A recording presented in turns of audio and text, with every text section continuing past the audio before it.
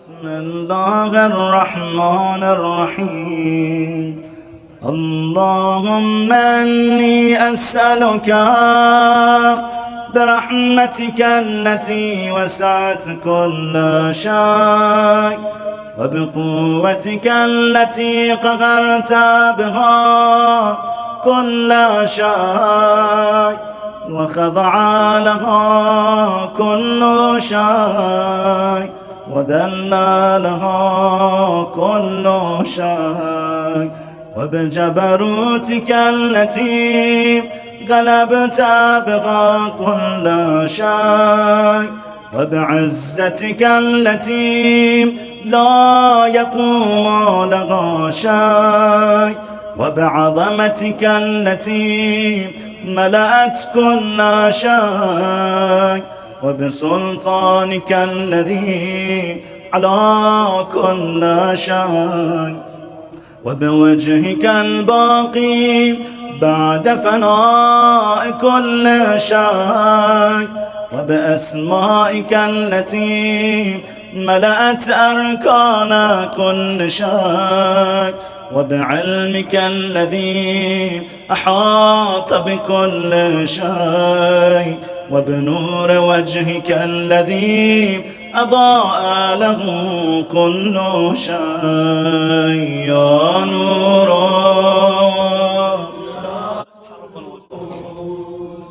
يا نور يا أول الأولين ويا آخر الآخرين.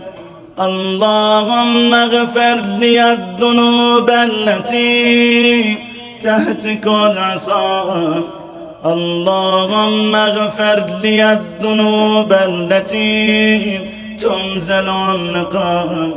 اللهم اغفر لي الذنوب التي تغير النعام. اللهم اغفر لي الذنوب التي تحبس الدار. اللهم اغفر لي الذنوب التي تنزل البلاء. اللهم اغفر لي كل ذنب أذنبته وكل خطيئة أخطأتها. اللهم إني أتقرب إليك بذكرك وأستشفع بك إلى نفسك وأسألك بجودك أن تدنيني من قربك وأن توزعني شكرك وأن تلهمني ذكرك. اللهم إني أسألك سؤال خاضعا متذللا خاشع أن تسامحني وترحمني وتجعلني بقسمك راضيا قانعا وفي جميع الأحوال متواضعا. اللهم وأسألك سؤال من اشتدت فاقته وأنزل بك عند الشدائد حاجته وعظم فيما عندك رغبته. اللهم عظم سلطانك وعلى مكانك وخفي مكرك وظهر أمرك وغلب قهرك وجرت قدرتك ولا يمكن الفرار من حكومتك. اللهم لا أجد لذنوبي غافرا ولا لقبائحي ساترا ولا لشيء من عملي القبيح بالحسنة مبدلا غيرك. لا إله إلا أنت سبحانك وبحمدك ظلمت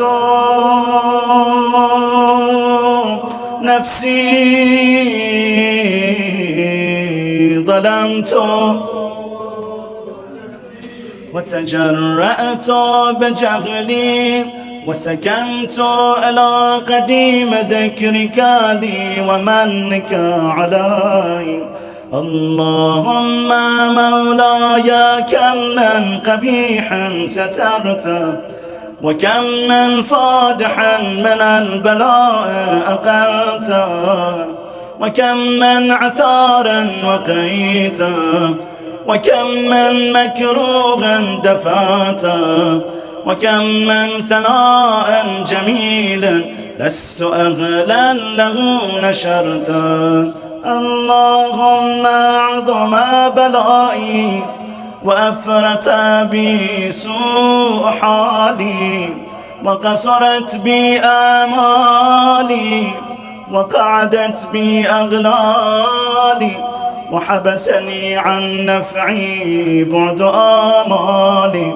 وخدعتني الدنيا بغرورها ونفسي بخيانتها ومطالي يا سيدي فأسألك بعزتك ألا يحجب عنك دعائي سوء عملي وفعالي ولا تفضحني بخفي ما اطلعت عليه من سري ولا تعجلني بالعقوبة على ما عملته في خلواتي من سوء فعلي وإساءتي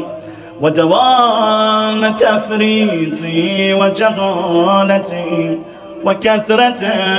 شهواتي وغفلتي وكن اللهم بعزتك لي في الأحوال كلها رؤوفا وعلي في جميع الأمور عطوفا إلهي وربي من لي غيرك أسأله كشف ضري والنظر في أمري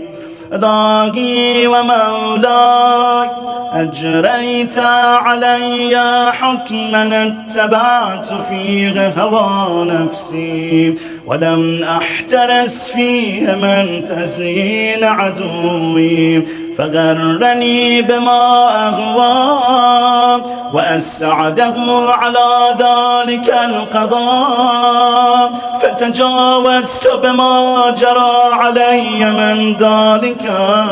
بعض حدودك وخالفت بعض أوامرك فلك الحجة علي في جميع ذلك ولا حجة لي فيما جرى علي فيه قضاءك وألزمني حكمك وبلاغك وقد أتيتك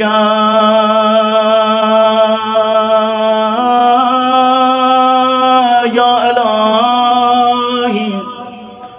بعد تقصيري وإسرافي على نفسي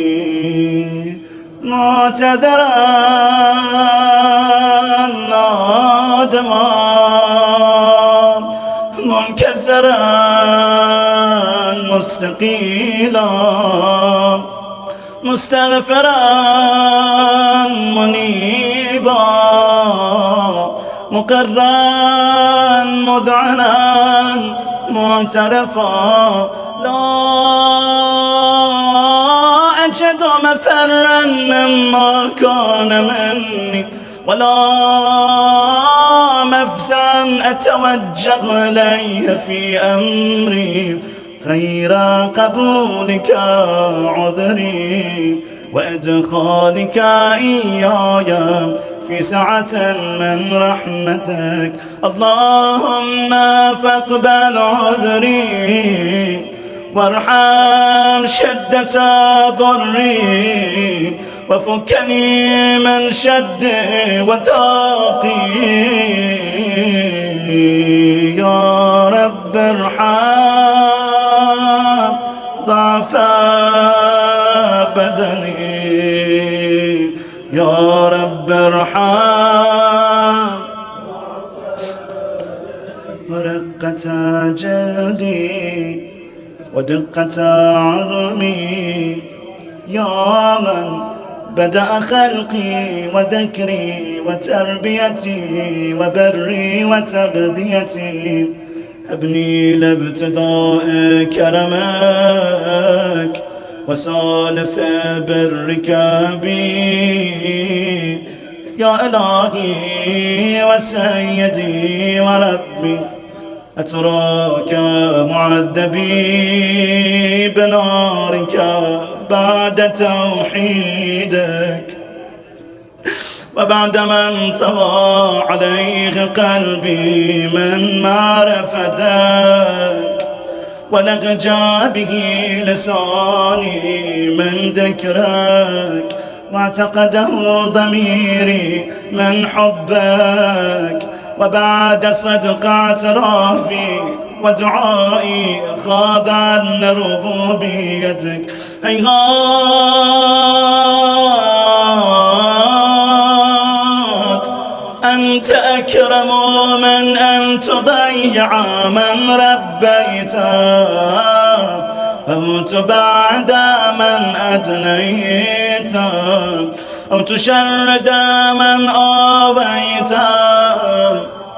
أو تسلم إلى البلاء من كفيته ورحمته. وليت شريف يا سيدي وإلهي ومولاي، أتسلط النار على وجوه خرت لعظمتك ساجدا، وعلى ألسن نطقت بتوحيدك صادقا، وبشكرك مادحا، وعلى قلوب اعترفت بإلهيتك محققا، وعلى ضمائر حوت من العلم بك حتى صارت خاشعة، وعلى جوارح سعت إلى أمطان تعبدك طاعة، وأشارت باستغفارك مذعنايا. ما هكذا الظن بك، ولا أخبرنا بفضلك يا كريم يا رب، وأنت تعلم ضعفي عن قليل من بلاء الدنيا وعقوباتها، وما يجري فيها من المكاره على أغلها، على أن ذلك بلاء ومكروه، قليل مكثور، يسير بقاؤه، قصير مدته. فكيف احتمالي لبلاء الآخرة وجليل وقوع المكاره فيها، وهو بلاء تطول مدته ويدوم مقامه ولا يخفف عن أغناه، لأنه لا يكون إلا عن غضبك وانتقامك وسخطك، وهذا ما لا تقوم له السماوات والأرض. يا سيدي فكيف بي وأنا عبدك الضعيف الذليل الحقير المسكين المستكين. يا إلهي وربي وسيدي ومولاي، لأي الأمور إليك أشكو،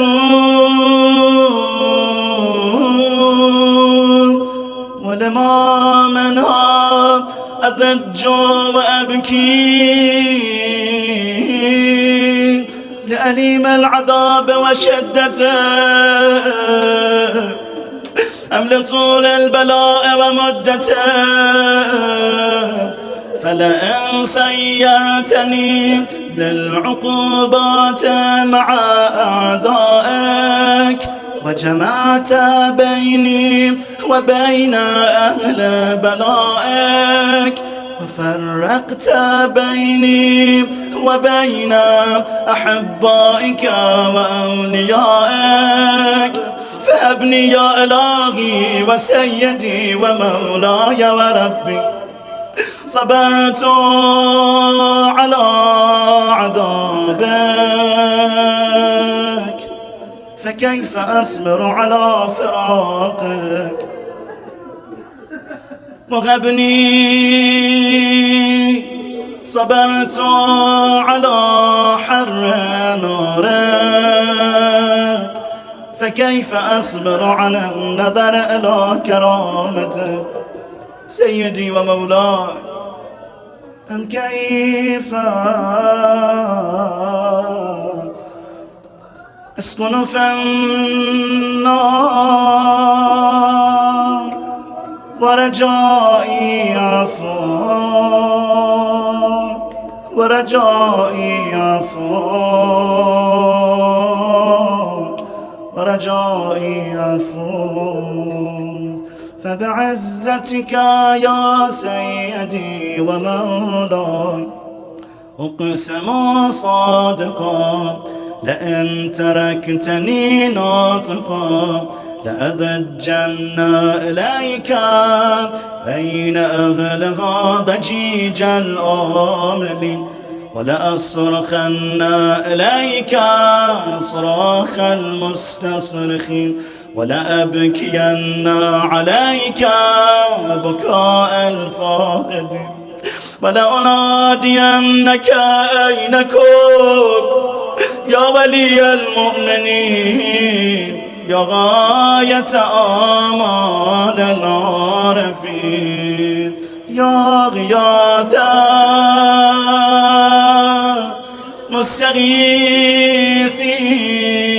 مستغيثين، يا حبيب قلوب الصادقين، ويا إله العالمين. تصوروا هذا المنظر، أفتراك سبحانك يا إلهي وبحمدك، أفتراك سبحانك يا إلهي وبحمدك، تسمع فيها صوت عبد مسلم سجن فيها بمخالفته، وضاقت مع عذابها بمعصيته، وحبس بين أطباقها بجرمه وجريرته، وهو يضج إليك ضجيج مؤملا لرحمتك، ويناديك بلسان أغلى توحيدك، ويتوسل إليك بربوبيتك يا مولاي، فكيف يبقى في العذاب وهو يرجو ما سلف من حلمك، أم كيف تؤلمه النار وهو يأمل فضلك ورحمتك، أم كيف يحرقه لهيبها وأنت تسمع صوته وترى مكانه، أم كيف يشتمل عليه زفيرها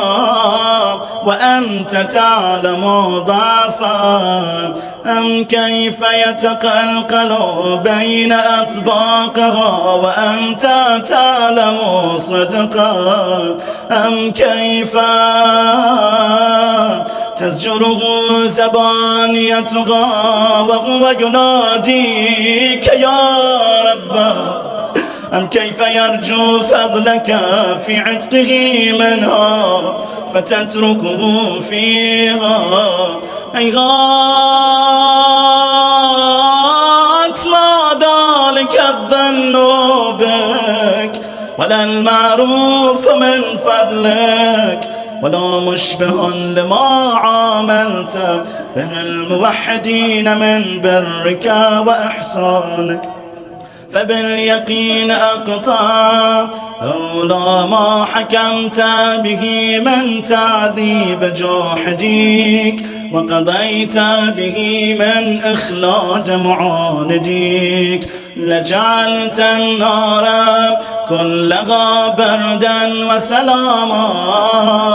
وما كانت لأحد فيها مقرا ولا مقاما لكنك تقدست أسماؤك أقسمت أن تملأها من الكافرين من الجنة والناس أجمعين وأن تخلد فيها المعاندين وأنت جل ثناؤك قلت مبتدأ وتطولت بالإنعام متكرما أفمن كان مؤمنا كمن كان فاسقا لا يستوون إلهي وسيدي فأسألك بالقدرة التي قدرتها وبالقضية التي حتمتها وحكمتها وغلبت من عليه أجريتها أن تغب لي في هذه الليلة وفي هذه الساعة كل جرم أجرمته وكل ذنب وكل قبيح أسررته وكل جهل عملته كتمته أو أعلنته أخفيته أو أظهرته وكل سيئة أمرت بإثباتها الكرام الكاتبين الذين وكلتهم بحفظ ما يكون مني وجعلتهم شهودا علي مع جوارحي وكنت أنت الرقيب علي من ورائها والشاهد لما خفي عنه وبرحمتك أخفيته وبفضلك سترته وأن توفر حظي من كل خير أنزلته